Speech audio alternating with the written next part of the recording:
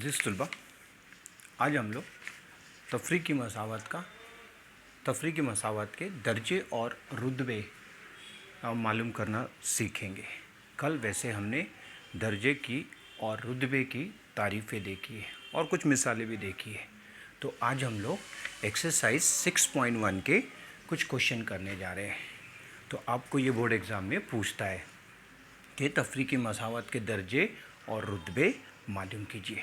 तो सबसे पहले हमको किसी भी तफरीकी मसावत का दर्जा हम लोग बड़े आसानी से मालूम कर सकते हैं, लेकिन जब आपको रुतबा निकालना होता है तो आपको 3 बातों का ध्यान रखना होता है। इसमें नंबर 1 ये होता है कि आपका जो मश्तक होता है ये जज़र या मकब जज़र के अंदर नहीं होना चाहिए। ये जज़र में नहीं होना चाहिए। ये जज़र में नहीं होना चाहिए। कौन नहीं होना चाहिए?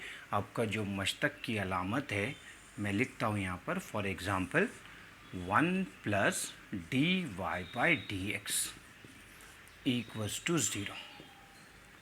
एक मिसाल से समझ लो इस चीज़ को कि मश्तक की अलामत जज़र के अंदर नहीं चाहिए। मतलब आपका जो मश्तक रहेगा, जो डेरिवेटिव की जो अलामत रहेगी, वो स्क्वायर रूट और क्यूब रूट के अंदर नहीं होना चाहिए। इसको बोला जाता है radical sign. No derivative present under radical sign, किसी रेडिकल साइन के अंदर नहीं होना चाहिए। मतलब मकब और जज़र की अलामत के अंदर नहीं होना चाहिए। तो पहली बात हमको ये याद रखनी पड़ेगी कि हमारा जो मश्तक की अलामत है वो जज़र के अंदर नहीं होना चाहिए। जज़र के अंदर नहीं होना चाहिए। अब दूसरी बात हमको ये याद रखनी पड़ेगी कि मश्तक की अलामत जो है ये नसब नुमा में नहीं होना चाहिए। ये है हमारी दूसरी कंडीशन कि मश्तक की जो अलामत है ये नसब नुमा में नहीं होना चाहिए। और तीसरी बात आपको याद रखनी है, जो आपका थर्ड पॉइंट है, वो आपको ये याद रखना है कि आपका जो तफरीकी मसावत है, दी हुई तफरीकी मसावत जो है ये कसी रुकनी सूरत में होना चाहिए। कसी रुकनी सूरत में होना चाहिए। कसी रुकनी मतलब polynomial form of dy/dx। dy/dx के कसी रुकनी में होना चाहिए। तो जब भी आप डिफरेंशियल इक्वेशन का, तफरीकी मसावत का दर्जा और रुतबा निकालोगे, ये तीन बातों का ख्याल रखोगे। कसी रुकनी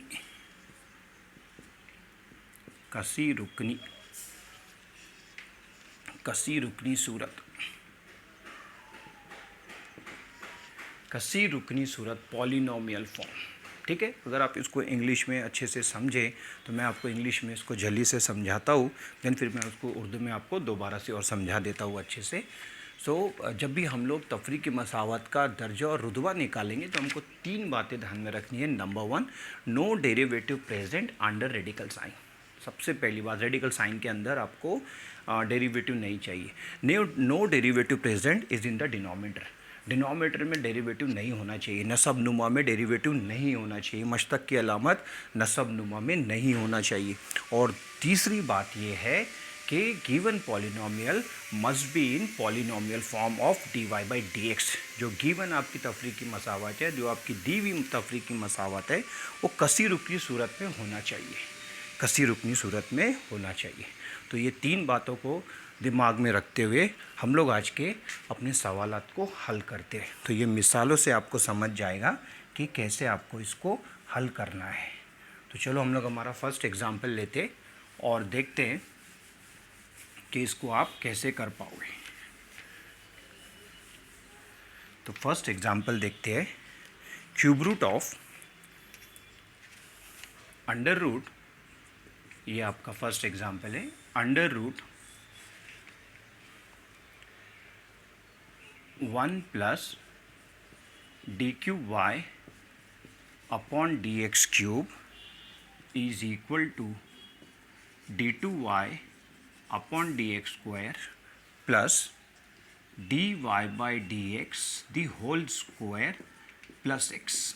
ये सारे आपके मश्क 6.1 के क्वेश्चन हैं। ठीक है, जैसे आपको पता है हमारी रिवीजन सीरीज़ चल रही है ये, तो रिवीजन सीरीज़ में मैंने पहला टॉपिक लिया है डिफरेंशियल इक्वेशन, तफरीकी मसावत। ठीक है, तो मैं कुछ ही एग्जांपल करवाऊंगा, ये एग्जांपल से आप सारे एग्जांपल बाकी के कर सकते हो। अब देखो यहाँ पर आपको ये मिसाल दी हुई है, ये तफरीकी मसावत है और इस मसावत में आपको रुतबा और दर्जा निकालना है। तो आपको पहली कंडीशन ध्यान में रखनी पड़ेगी कि आप डायरेक्टली यहाँ पर इसका ऑर्डर और डिग्री नहीं निकाल सकते हो। क्यों? क्योंकि यहाँ पर स्क्वायर रूट का साइन आ गया है, यहाँ पर जज़ुल मुरब्बे की अलामत है, जज़ुल मुरब्बे की अलामत है। तो इस केस में हम लोग क्या करेंगे, तरफ़ैन का मुरब्बा ले लेंगे। क्या करोगे, इस जज़र को हटाने के लिए क्या करोगे, तरफ़ैन का मुरब्बा ले लोगे। तो लिखना पड़ेगा तरफ़ैन का मुरब्बा लेने पर, तरफ़ैन का आप क्या कर लोगे, मुरब्बा ले लोगे। जैसे ही आप मुरब्बा लोगे, ये जो आपकी जज़र की अलामत है ये निकल जाएगी और यहाँ आ जाएगा 1 plus D cube Y upon D X cube is equal to D two Y upon D x square plus D Y by D X the whole square plus X bracket की पावर 2। ठीक है, अब आप यहाँ पे order और degree define कर सकते हो, दर्जा और रुतबा डिफ़ाइन कर सकते हो। तो यहाँ ना हाईएस्ट ऑर्डर डेरिवेटिव जो है ये 3 दिख रहा है मुझे। ठीक है, तो दर्जा क्या हो जाएगा, इस तफरीकी मसावत का दर्जा हो जाएगा 3 और इसकी जो पावर है, इसकी जो कुव्वत है वो 1 है, 1 है। तो इसका रुतबा हो जाएगा 1, इसका रुतबा हो जाएगा 1। तो जब भी आपको जज़र वाली अलामत आएगी, आपको तरफ़ैन का मुरब्बा लेके इसको सॉल्व करना है। तो ये पहला पॉइंट आपका क्लियर हो गया है। चलो अब सेकंड पॉइंट के लिए देखते हैं कि हमको मश्तक की अलामत नसब नुमा में नहीं होना चाहिए। अब नसब नुमा में रहा तो क्या करोगे, चलो जल्दी से आप इसका स्क्रीनशॉट ले लोगे। आप इसका स्क्रीनशॉट ले लो, टेक अ स्क्रीनशॉट। फिर हम लोग सेकंड एग्जाम्पल लेते हैं।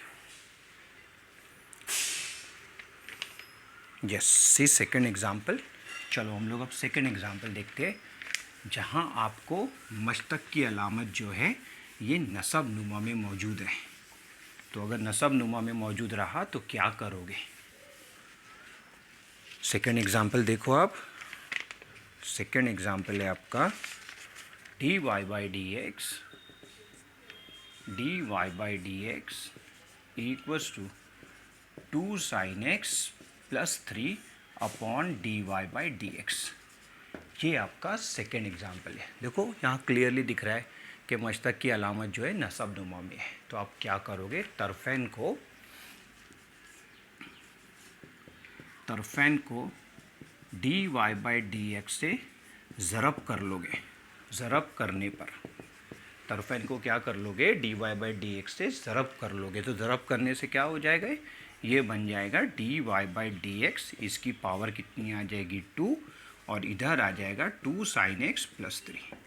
देखो अब यहाँ पर कहीं भी मश्तक की अलामत नसब नुमा में नहीं है। तो अब हम लोग यहाँ से इसका दर्जा और रुतबा बता सकते हैं। तो इसका जो दर्जा है, इस तफरीकी मसावत का दर्जा 1 है और अगर रुतबे की बात करो तो इसका रुतबा जो है ये 2 है। इसका रुतबा कितना है, 2 है। ठीक है, तो चलो जल्दी से इसका स्क्रीनशॉट लोगे।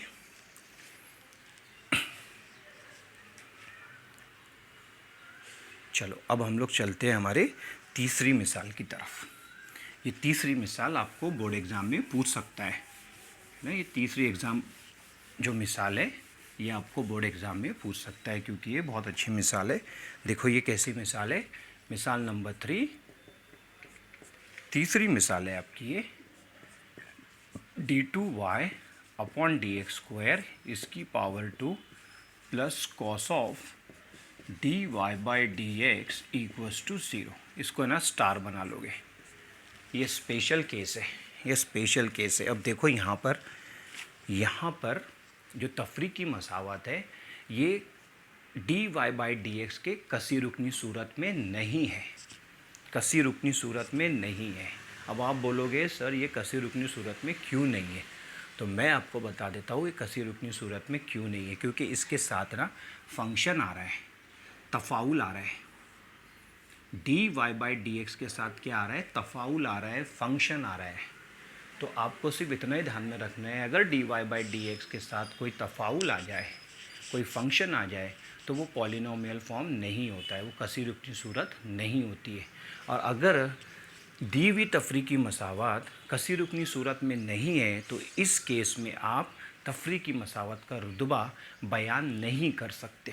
आप इसका रुतबा बयान नहीं कर सकते।